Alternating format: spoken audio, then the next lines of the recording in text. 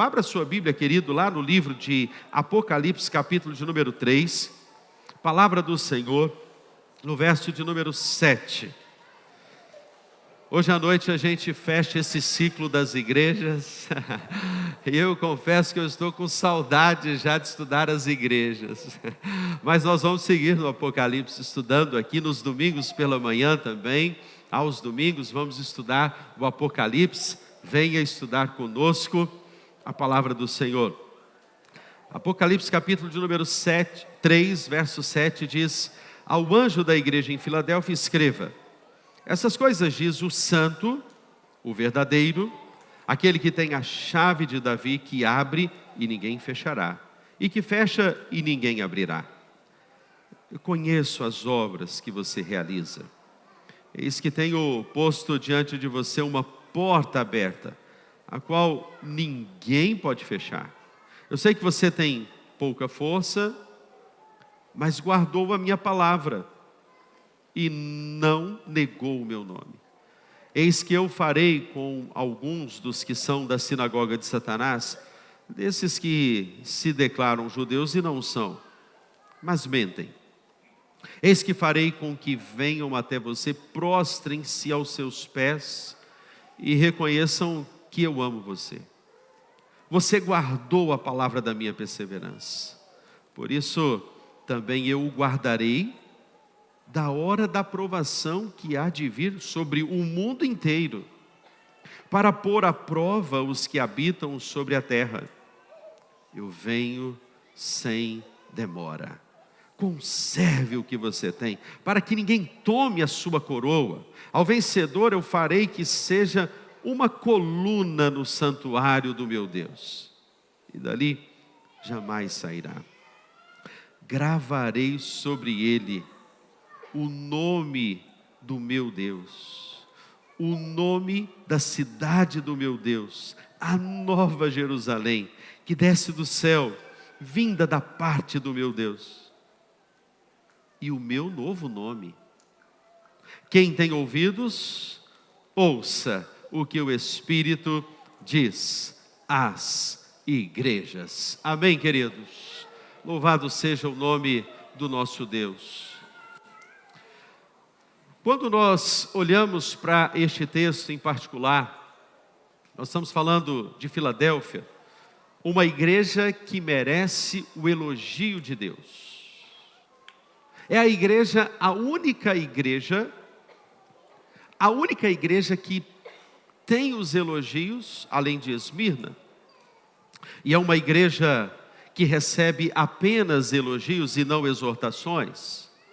É uma igreja que o seu nome vem de filhos, que é amor, filéus. Os irmãos de Filadélfia foram conhecidos como os irmãos do amor, irmãos que amavam, o amor Filadélfia. E é interessante observar, eu peço que coloque lá o mapa para nós, observar o mapa, porque nós estamos chegando nessa cadeia das igrejas. Já estudamos sobre a igreja de Éfeso, já estudamos sobre, e mantenha lá para nós os slides aqui no telão, por favor. A igreja de Éfeso, Esmirna, Pérgamo, Tiatira, Sardes, agora chegamos a Filadélfia. Que lindo saber, queridos, que essas igrejas compõem um alvo do Senhor para o alcance, não só da Ásia Menor, mas nós estamos falando aqui de um alcance também para a Europa. É a partir justamente destas igrejas da Ásia Menor que o mundo europeu vai ser alcançado. E é muito interessante que você perceba que no próprio texto que acabamos de ler, o Senhor diz que Ele colocou uma porta aberta. Porque esta igreja era estratégica para que as cidades da Europa fossem alcançadas, porque ela estava no lugar estratégico que ligava a Europa à Ásia Menor. Essa igreja que recebe o elogio de Deus, então, o Senhor fala de algumas características interessantes, porque o texto nos diz: ao anjo da igreja em Filadélfia escreva, essas coisas diz o santo. Olha como o Senhor se apresenta, o santo, aquele que não tem pecado. Ele estava levando essa igreja a conhecer a santidade, uma característica, um atributo de Deus para aquele que quer conhecer ao Senhor, o inseparável, o separado, aquele que não conheceu o pecado, o perfeito, o puro, aquele que começa a ter uma experiência com Deus e começa a amar a Deus, vai ter um contraste com a santidade do Senhor. E o texto diz mais, o que é verdadeiro. No mundo de tantas mentiras, e o texto nos fala de uma tal sinagoga de Satanás existente naquela localidade. Como sempre no mundo antigo, os deuses, a idolatria, tentando perpetuar sobre aquela igreja. O texto diz que era uma igreja que tinha pouca força, por quê? Diante do ciclo de movimentos que ligavam já a Europa antiga até a Ásia Menor, era uma igreja inexpressiva, tinha pouca força, não tinha a força necessária para ser influente naquela localidade. É uma igreja que não tinha tanta relevância, mas há características que o Senhor então percebe nessa igreja, e é interessantíssimo perceber, lendo um comentário de Martyn Lloyd-Jones. Martyn Lloyd-Jones vai dizer, numa relíquia, eu digo isso com muita alegria, porque é uma das relíquias que não se publicam mais, mas que eu tenho uma coletânea do Martyn Lloyd-Jones, que fala sobre luz e trevas. E ele vai dizer exatamente isto, que todo o propósito da salvação é nos levar ao conhecimento de Deus. Não é apenas nos propiciar algumas experiências e emoções. Ele diz que a característica verdadeira da espiritualidade saudável é conhecer a Deus. E se nós o conhecemos, sabemos que Ele é o Pai Santo, cujo nome é santificado. É interessante que Martyn Lloyd-Jones vai agora tecer uma expressão sobre a oração do Pai Nosso: santificado seja o teu nome. Aquele que tem o nome santo, aquele que é reverenciado nas famílias, onde o nome do Senhor é falado. Os papais e mamães que estão aqui nessa manhã, as famílias que estão aqui representadas, como a mãe de Billy Graham, que falava o nome de Deus para o seu filho enquanto dava banho na banheira, e citava os versículos bíblicos para Billy Graham, porque Deus amou o mundo de tal maneira que deu o seu Filho unigênito para que todo aquele que nele crê não pereça, mas tenha vida eterna. O nome Deus Santo foi falado naquela casa. O conselheiro dos presidentes da República dos Estados Unidos se tornou o Billy Graham. Sabe por quê, queridos? Porque o nome que é sobre todo nome, e há um detalhe fantástico no texto que você talvez não tenha descoberto, que quando estivermos perante ao Senhor, Ele terá um novo nome. Tem gente que pensa que a eternidade, a glória futura, é algo monótono. Mas lá haverá um nome que você não conhece, que não é descrito na palavra. É um novo nome que a Bíblia diz que o Senhor vai apresentar a cada um que tem as suas vestes lavadas no sangue do Cordeiro. E aquele que for para a eternidade salvo, selado pelo Senhor, vai conhecer esse novo nome que o Senhor tem, o nome que é sobre todo nome. É interessante então perceber, meus queridos, algumas verdades que eu gostaria de aplicar. Eu não posso passar sobre essa igreja tão rápido assim. Mas algo do contexto dessa cidade fica evidente aqui entre nós, será colocado aqui na tela para que você veja. Filadélfia, ela ficava localizada no vale do Colgamo, aos pés do monte Tímulos, a pouco mais de 40 quilômetros da cidade de Sardes, e a quase 100 quilômetros da cidade de Esmirna. A cidade de Filadélfia estava estrategicamente posicionada junto a uma estrada importante que ligava a Ásia à Europa. A cidade de Filadélfia era reconhecida por ser um ponto de ligação essencial para a indústria, o comércio, a cultura grega na Ásia Menor. Daí você vê que o texto vai nos dizer que eu coloquei diante de você uma porta aberta. Tem gente que se apropria deste texto para dizer assim: não, a porta aberta que Deus vai me dar é a porta da prosperidade. Não. Segundo o texto e os melhores comentaristas, a porta aberta é a oportunidade para fazermos discípulos de todas as nações. A porta aberta significa oportunidade. E essa porta que eu estou colocando diante de vocês, devido a esta conexão que vocês têm com a Ásia e a Europa, é uma oportunidade que vai lhes dar agora o privilégio de levarem a minha mensagem a todas as nações. Então, todas as vezes que você pegar as lentes e o óculos espiritual para ler este texto, e ler sobre as portas abertas que o Senhor abre e ninguém fecha, a porta que o Senhor fecha e ninguém abre, é portas de oportunidades para aqueles que são os amantes dos perdidos nessa terra que precisam do Senhor Jesus. Deixa eu ver aqui nessa manhã, quantos amantes dos perdidos temos aqui nessa manhã? Você é um amante dos perdidos, você ama os perdidos, você ama aqueles que estão sem Jesus. Eu declaro nessa manhã assim, me apropriando do texto, portas abertas para essa igreja estratégica no Espírito Santo de Deus.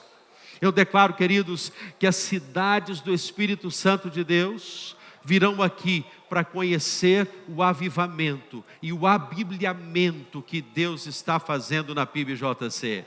Precisamos de um avivamento e precisamos de um abibliamento. Eu tenho dito isso, quando nos voltamos para a palavra de Deus.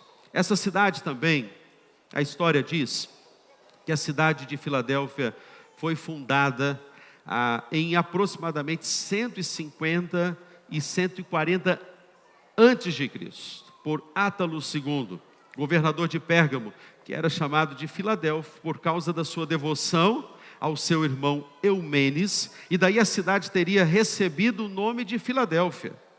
Já os outros dizem que quem fundou Filadélfia foi Eumenes II, e não Átalo II, e que ele nomeou a cidade pelo nome Filadélfia em honra ao seu irmão Átalo. Ela vem com honra, mas não era assim que as pessoas viam. Naquele mundo antigo, até Filadélfia ficou conhecida como a porta do Oriente. Algumas aplicabilidades para a nossa vida então, nesta manhã. Quando eu leio as palavras do santo e verdadeiro, em primeiro lugar eu quero destacar visão correta de quem é Deus. Quando eu destaco aqui no texto santo e verdadeiro, visão correta de Deus, visão dos atributos de Deus, que não peca, imutável, não se compromete com o que é pecaminoso, diferente de tudo, ele é verdadeiro, além de honesto, ele é real. Esse é o significado de vermos santo e verdadeiro. Quando você tem uma visão correta de Deus, querido, você não entende que as tragédias que acontecem no mundo têm a ver com Deus. Por quê? Porque o mundo já era para não existir. Você sabe por quê que o mundo não acabou ainda? Porque Deus acha justos. Porque Deus acha justos. Como Sodoma e Gomorra, o Senhor não iria destruir, porque se Ele achasse justos, Por isso que nós, nessa terra, precisamos ser achados pelo Senhor como justos, justificados, para que vejamos as gerações transformadas. Tragédias climáticas acontecem porque estamos na era da queda. Tudo que nós estamos vivendo é a era da queda. Mas louvado seja o nome do Senhor, haverá a era da redenção, onde tudo que é corruptível vai se revestir da incorruptibilidade e seremos tal como Ele é. O nosso corpo, que é um corpo de pó, é um corpo corruptível, vai se revestir daquilo que é santo, como o Senhor é. Você tem certeza da sua salvação, meu amado? Amém? Então você estará na glória com o nosso Deus. Creia, confie, saiba quem é Deus. Deus é amor. Reafirme para você mesmo. Eu ouvi de uma ovelha, na verdade foi minha ovelha, há alguns dias atrás, que mesmo em face da morte de um ente querido, ela declarou no dia do sepultamento: mesmo eu perdendo, eu sei que tu és o amado da minha alma. Isso é uma fé inabalável. Isso é uma fé ultra circunstancial, que não depende de coisas da terra, mas confia no santo e no verdadeiro. Portas abertas. Segunda perspectiva que eu quero aplicar à sua vida: um Deus que conhece a sua estrutura. O texto diz: eu sei que você tem pouca força. Eu sei que você não tem muita força assim. E esse Deus que conhece você, querido, Ele sabe que Ele não pode colocar alguns pesos que você não vai poder suportar. Por isso que a Bíblia diz: não sobreveio provação que não fosse humana, mas Deus é fiel e não permitirá que sejais provados além das vossas forças. Contudo, juntamente com a provação, Ele vos dará o livramento. É como um personal que está vendo você lá pegar o peso, e aí está um peso além do que você pode suportar. Se continuar ali, vai dar problema na coluna. E ele diz: pega um peso mais leve. Mas quando o personal, ele olha para você e fala assim: pega um peso maior, porque você aguenta. Assim é Deus sobre você. Ele está olhando você e Ele sabe a medida exata que cada um aqui pode suportar diante das tribulações. Então, meu amado, se você está passando por alguma tribulação, o Senhor sabe da sua força. Ele sabe quando você tem pouca força. Ele sabe quando você está resiliente, resistente, persistente, o quanto você pode suportar. Então, louve ao Senhor pelas tribulações da sua vida. Glorifique o nome do Senhor, porque essas tribulações estão levando você, a nossa igreja, a nossa família, para mais perto do Senhor Jesus. Então Ele vai permitir que seja na medida que você vai poder suportar. Você já chegou no seu limite? Se você ainda não chegou, Ele sabe. Eu sei que você tem pouca força. E tem um detalhe fantástico, porque quando somos fracos, é então que somos fortes, porque o poder de Deus se aperfeiçoa na nossa fraqueza. É o que a palavra do Senhor vai nos dizer quando ela especifica, nos falando da força que temos. É interessante porque em Hebreus capítulo 11, verso 32 a 34 diz: que mais direi? Não tenho tempo para falar de Gideão, Baraque, Sansão, Jefité, Davi, Samuel e os profetas, os quais pela fé conquistaram reinos, praticaram a justiça, alcançaram o cumprimento das promessas, fecharam a boca de leões, apagaram o poder do fogo e escaparam do fio da espada. E há um detalhe nesse texto: da fraqueza tiraram força. Da fraqueza tiraram força. Tornaram-se poderosos na batalha e puseram em fuga os exércitos estrangeiros. Eu sei que você tem pouca força, mas a sua força não vem de você. A sua força vem do Todo-Poderoso que é o nosso Deus. E você vai vencer essa batalha no nome do Senhor Jesus. E vai superar essa tribulação no nome do Senhor Jesus. Um terceiro princípio que eu quero aplicar aqui à sua vida é que Deus conhece então as oportunidades que temos. Ele abriu portas, diz o texto, eu abro e eu fecho. Sou eu quem abro. Para cumprir o propósito, para nascer algo novo, para ver além do nosso universo. Isso fala de chamado, fala de vocação, fala de uma igreja missionária. Ser tirado da nossa inércia. Portas abertas significa, meu irmão, que Deus vai mover a minha vida e a sua vida. Para que juntos, agora, qual é a necessidade do momento? Sim, nós precisamos pagar o CDC. Sim, nós precisamos honrar os nossos compromissos aqui. Qual é a necessidade do momento? Nós estamos recebendo muitas crianças. E criança é uma oportunidade. Numa sala que cabe 25, tinha 43 crianças esses dias. Como isso? Nem o nosso ar-condicionado dá para suportar. Mas quem investe numa criança está investindo no presente e no futuro da PIBJC. Por isso que nós vamos construir essas salas no nome do Senhor Jesus. E nós contamos com você, com a fidelidade, porque são oportunidades. E nós não suportamos a quantidade de crianças. Deus tem mandado muitas crianças. Pelo contrário, nós suportamos porque essa igreja aguenta no nome do Senhor Jesus. E nós vamos receber muitas crianças aqui para o louvor da glória do nome do Senhor Jesus. Será um tempo de crescimento. Esse é o tempo, essa é a oportunidade. Portas abertas, meus irmãos. O texto nos diz isso. É palavra de Deus ao nosso coração. Oportunidades, o que nós vamos fazer? Caminhando para o fim, queridos. Quarto lugar, Deus conhece as suas adversidades.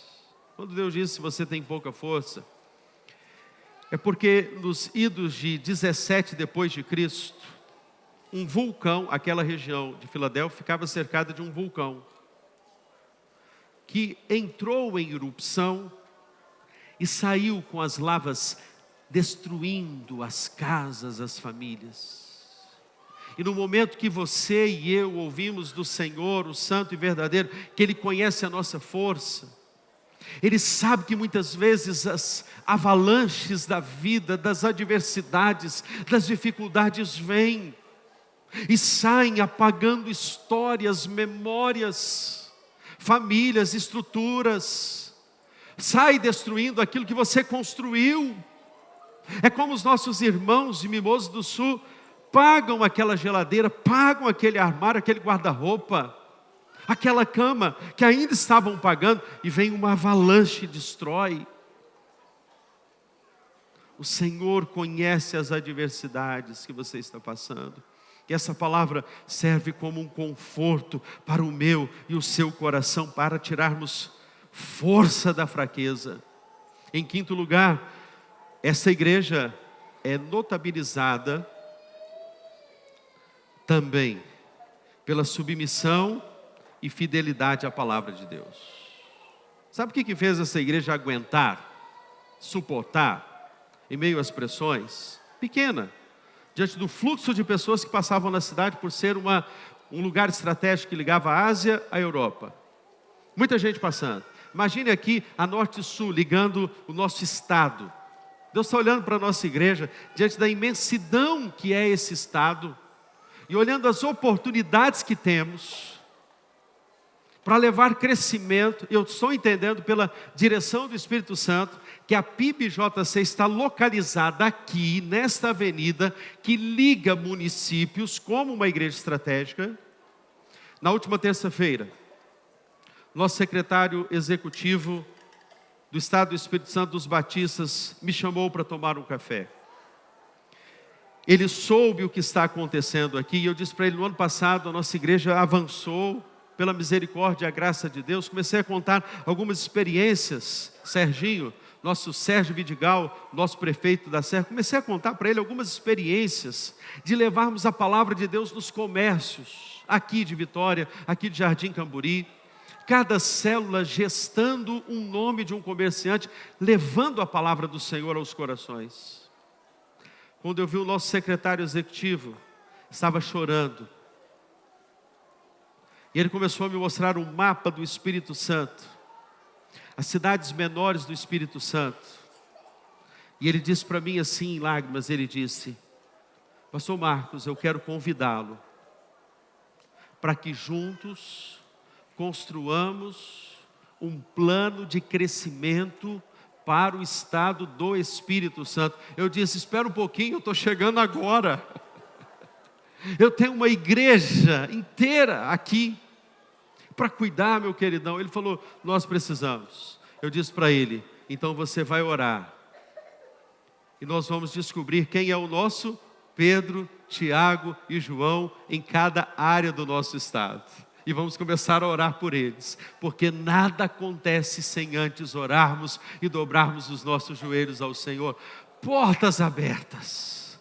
Esta igreja se viu diante da palavra. Veja, o texto diz, no verso de número 8, finalzinho, a parte B: sei que você tem pouca força, mas guardou a minha palavra e não negou o meu nome. Fortalecimento diante da perseguição.